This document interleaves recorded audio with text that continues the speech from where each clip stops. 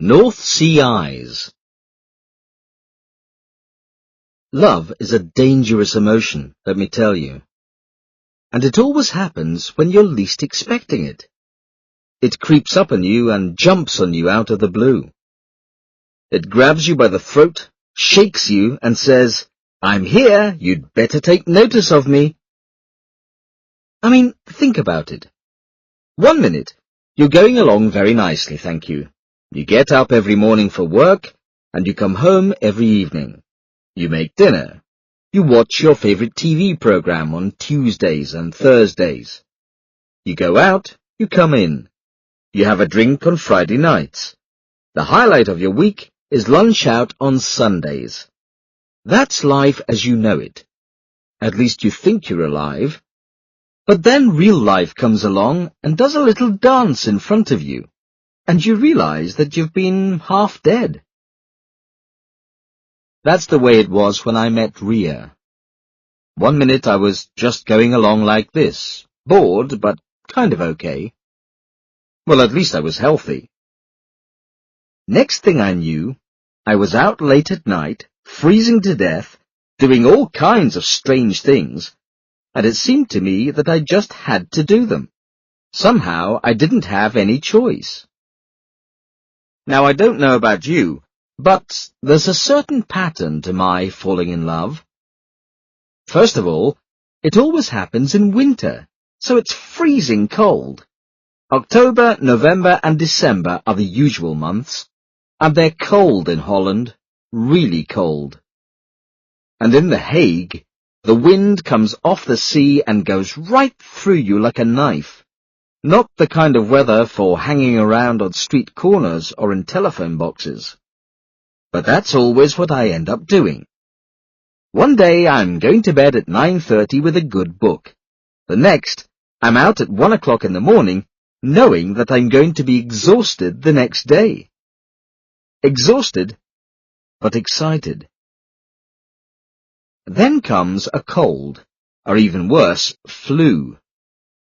I'd like to fall in love in summer, but it never happens that way. Then there's the poetry. Suddenly I start writing poetry. It just pours out of me. And it's all deep, meaningful stuff that has to be written in the early hours of the morning, usually accompanied by lots of alcohol. So the next day, on top of the cold I already have, I have a hangover from the drink. It's a miracle that my boss hasn't sacked me. And the worst bit is, when I realize that there's probably another man in her life. And of course he's really good looking and has a sports car and a big bank account.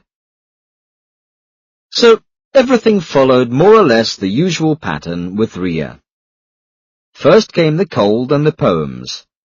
I hadn't seen the good-looking boyfriend yet, but I had the feeling that it was just a matter of time. There was something about Ria that was different, though. She was different from other girls. First of all, there was her job. She was a tram driver. But let me tell you a little bit about myself, because no doubt you're wondering what an English guy is doing living in Holland, in The Hague, to be exact. Well, my name's Harry Brent. I'm 29, and I've been here for 2 years. I work for an international import and export company, JGD. They're based in Manchester, but have offices all over Europe. They sent me here to work in their Dutch office. I'll probably be here for another 2 or 3 years. Import and export. Sounds kind of boring, eh? Well, it's okay, really. And Holland is an interesting country. For one thing, you can more or less do what you want here. I mean, it's very liberal, very tolerant. And although I don't really do much that's exciting, if you know what I mean, I like it. I like the atmosphere, and just the thought that if I wanted to take all my clothes off in the middle of the street, no one would care. Nope, no one would even notice. So, like I say, I live in The Hague. It's not as beautiful or as exciting as Amsterdam, but it has its advantages. The best thing about it is that it's near a place called Scheveningen, which is almost unpronounceable, but lovely. It has long, soft, sandy beaches, which are wonderful for walks. And the sea here, the North Sea, is just beautiful, a soft blue-grey.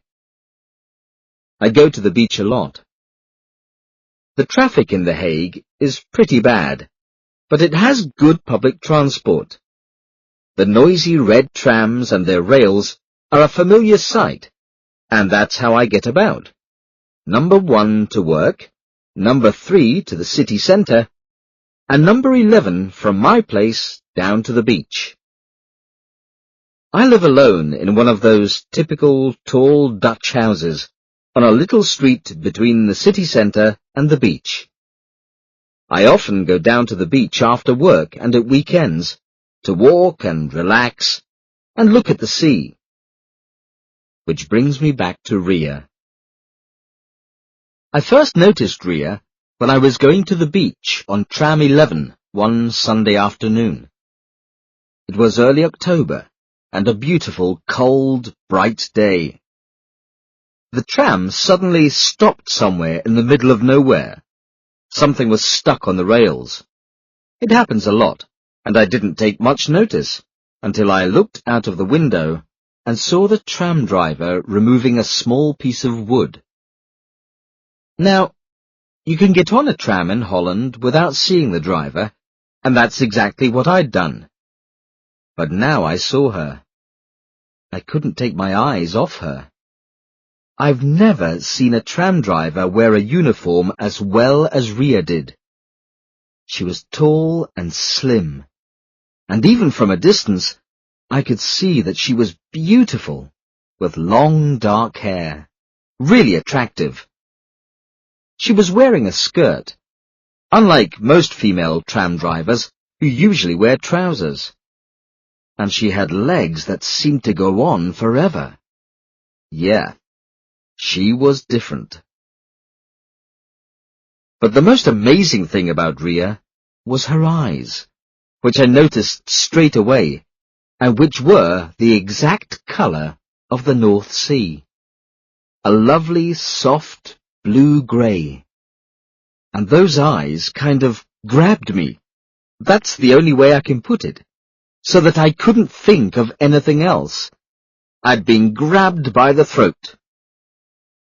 Well, she got back into the tram, and we carried on towards the beach.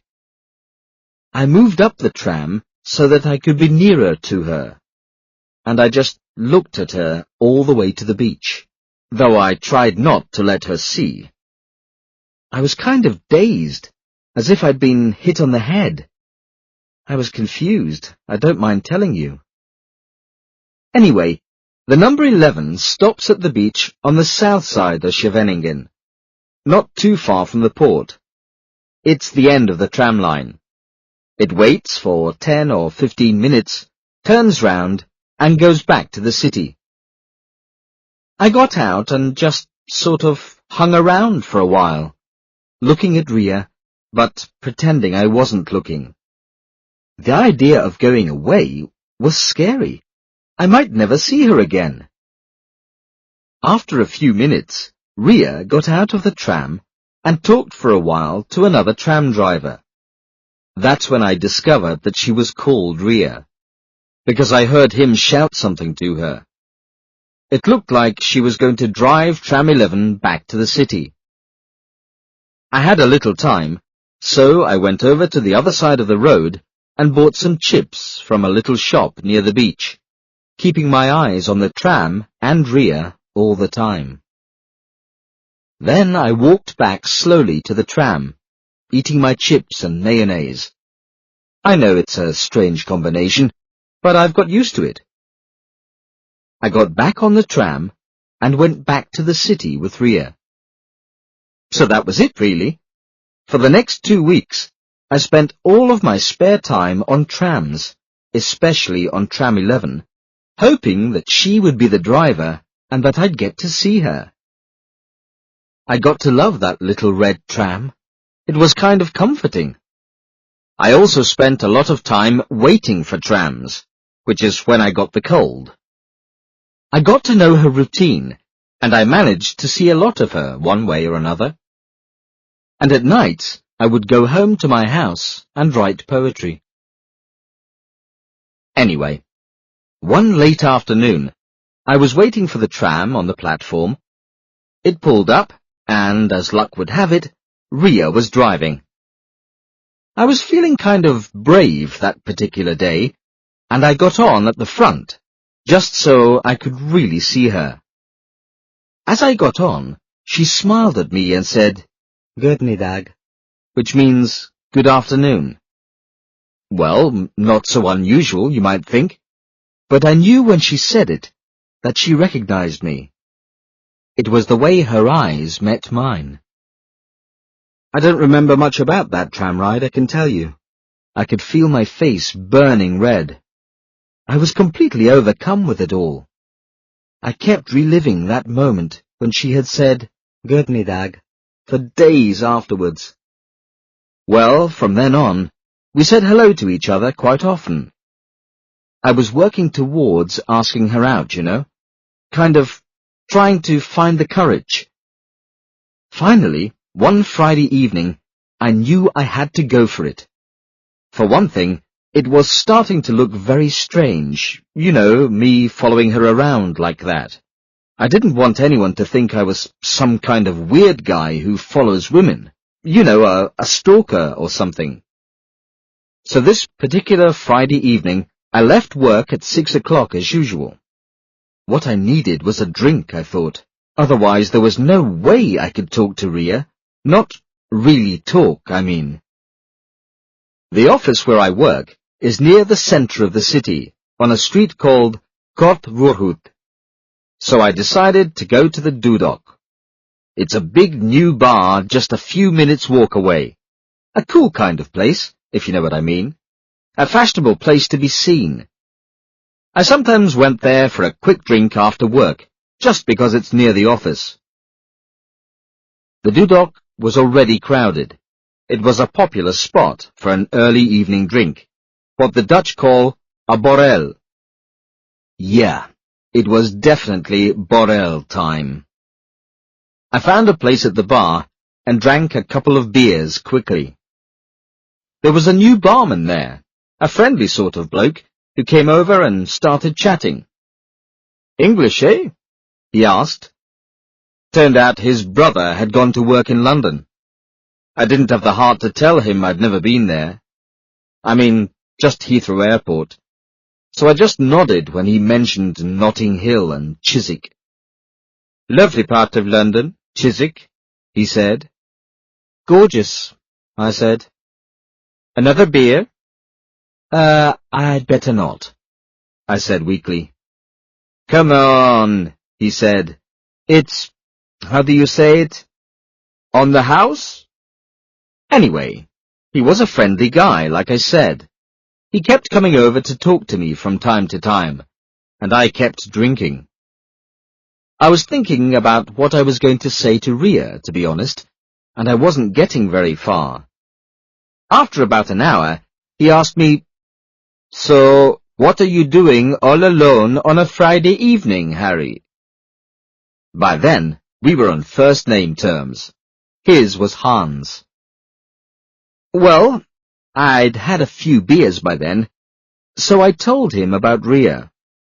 I told him about Tram 11, and the fact that I'd decided to try to get to know her and to ask her out. Hans smiled at me with big round eyes. "Oh, well, good luck, Harry," he said. "And I hope she doesn't disappoint you. They say that Dutch women are really strong. You take care of yourself."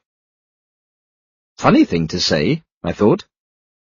Anyway, I had a few more beers, and before I knew, it was 11 o'clock. I felt like I knew London like the back of my hand, but that wasn't the point. The point was to talk to Ria and ask her out, I told myself. It was time to get on tram 11.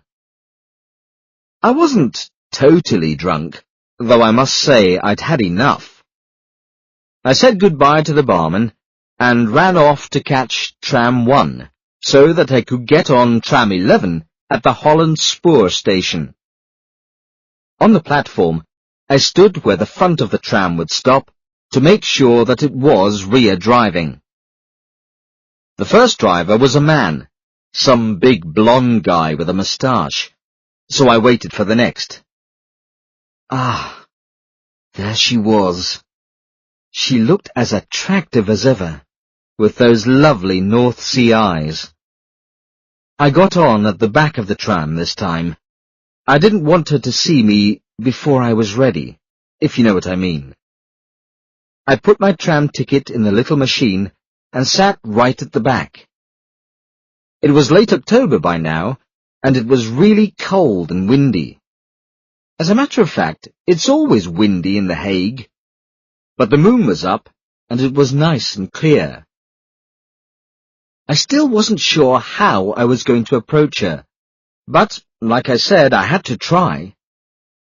Well, I sat there, and I couldn't think of a way to talk to her. I mean, say more than good evening. What do you say? Do you come here often? I just couldn't imagine myself asking her, if you know what I mean. Truth is, I'm not very good with women, I suppose. So before I knew it, we were at the beach, and everybody had to get off.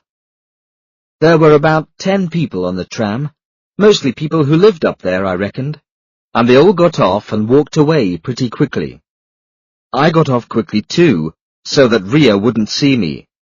I went and stood behind the tram shelter, where I could see her, but she couldn't see me. It was obvious from the way that she collected her stuff together that she was going off duty. I tried to think of a way of hanging around for a while and kept my eye on her. Then she said something to another tram driver who was going to take the tram back to the city centre, and then she set off walking quickly in the direction of the port. I didn't know what to do, to be honest, seeing her go like that, so I followed her. Oh, I know it looked like I was stalking her, which is exactly what I said I didn't want to do. But it seemed like my only choice. Like I said, love is a dangerous emotion. Well, by now the wind was blowing up a storm over the North Sea, and the sky was full of huge black clouds. Dutch weather is like that old joke. If you don't like it, just wait a while and it'll change. The sky reminded me of one of those paintings you see at the Rijksmuseum in Amsterdam, painted by Rembrandt or Vermeer or someone. It wasn't raining yet, but it was only a matter of time. I kept quite far behind Ria. Well, I didn't have much choice, to be honest. She was a very fast walker. She kept up a quick pace along the seafront, trying to get home before the storm blew up, I suppose. I was almost running just to keep her in sight. I suppose I was drunk too, to be honest, and it's hard to move fast when you've drunk too much. There were a few people still around, coming out of the bars and restaurants in Scheveningen and walking to their cars, or just taking the sea air. I didn't look too strange. It was about midnight by now. I was thinking to myself, this is stupid, and telling myself that I was a coward. But, like I say, I couldn't help it. The beachfront at Scheveningen is long, and there's a kind of wide path that goes right down towards the port. That was obviously where Ria was heading, so I was thinking that she had to live somewhere near the port. Part of the old fishing village, the original Scheveningen, is down there. So I carried on walking, following her. The weather at the beach changes pretty quickly, like I said, and sure enough, before long it started raining quite hard. That kind of horizontal rain you get around here. I didn't have an umbrella, of course, so soon I was completely soaked. After about 20 minutes' walk, we got near the port. At the beginning of the port area, there are a lot of fish restaurants and small bars. But by now, they were almost all closed, and the place was nearly deserted. Ria looked round at one point, but I was far enough away that she couldn't recognize me. Then we got into the port itself. There were quite a few boats there, a few local fishing boats, and some ships with the names of English ports on them. Around the harbour itself, it was pretty dark, and the only noise I could hear was the sound of Ria's heels on the pavement. Right in the corner of the harbour, there's a little bar called De Hoek. It's a place where the fishermen go, and some Scheveningen locals. I'd never been in there myself, though I'd heard people at the office talk about it. It had a reputation as a wild kind of place. It was still open. I could see a kind of dim yellow light, and there was music and voices coming from inside. I looked at my watch. It was 1 o'clock. It was late, but the bar was so far away from any houses that it could probably stay open as long as it liked, I thought. Anyway, Ria walked over towards it, opened the door, and went right in. Odd, I thought. Did she live there? Or was she just going in for a quick drink before bed? Hard to say. By now, the rain had died down a bit, so I decided to wait a little longer. Well, I was already wet through, so it didn't matter. Yeah, I know it sounds crazy, but that's what I told you. You do strange things when you're in love. So I waited quite a while. My mind was working overtime, I can tell you. Did she live here, or did her boyfriend live here? There had to be a boyfriend. Perhaps he was a fisherman or sailor. A good-looking sailor with a sports car and a big bank account, of course. That would be just my luck. So there I was, waiting, and I thought, hey, I haven't got anything to lose. You know what I mean? So what if she's got a boyfriend? It can't be any worse than standing out here, dripping wet and shivering. By now, I was like a dog that had just come out of the sea, and it looked like it was going to start raining again. So I walked over to the bar and opened the old wooden door. The only things I noticed at first were the overpowering smell of cigars and a fair amount of smoke. I could hear music playing too. Sounded like jazz. I looked around, trying to see Ria. Are you sure you want to come in here? I looked up into the face of a huge Dutch guy. He was standing right next to me, blowing smoke in my face. I'm not sure, I answered. Well, decide, he said. The bar was full of people, men mainly, though there were a couple of women too. I looked around for Ria, but I couldn't see her anywhere. I moved away from the tall Dutchman and pushed through the crowd towards the bar. As I moved through the smoke, I could see a kind of stage on the other side of the room, and on the stage someone was dancing to the music. After a minute or so, my eyes got used to the smoke and the dim light, and I could see the dancer. It took me a little while to work out that she was completely naked. Well, I didn't know where to look, I can tell you. The big Dutch guy was looking at me, smiling, and watching for my reactions. I sort of smiled back. To be honest, I wanted to leave. I felt kind of embarrassed. But I didn't want to seem foolish or anything, so I acted like it was the most natural thing in the world. I ordered a beer, though it was the last thing I wanted, to tell you the truth. I just wanted to run out of there Rhea or no Rhea. Then the music stopped, and everyone clapped. Oh, good, I thought. This is my chance to get out of here.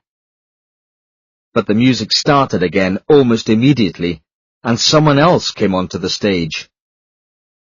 Look at this, said the big Dutch guy, pushing my elbow. You'll like this.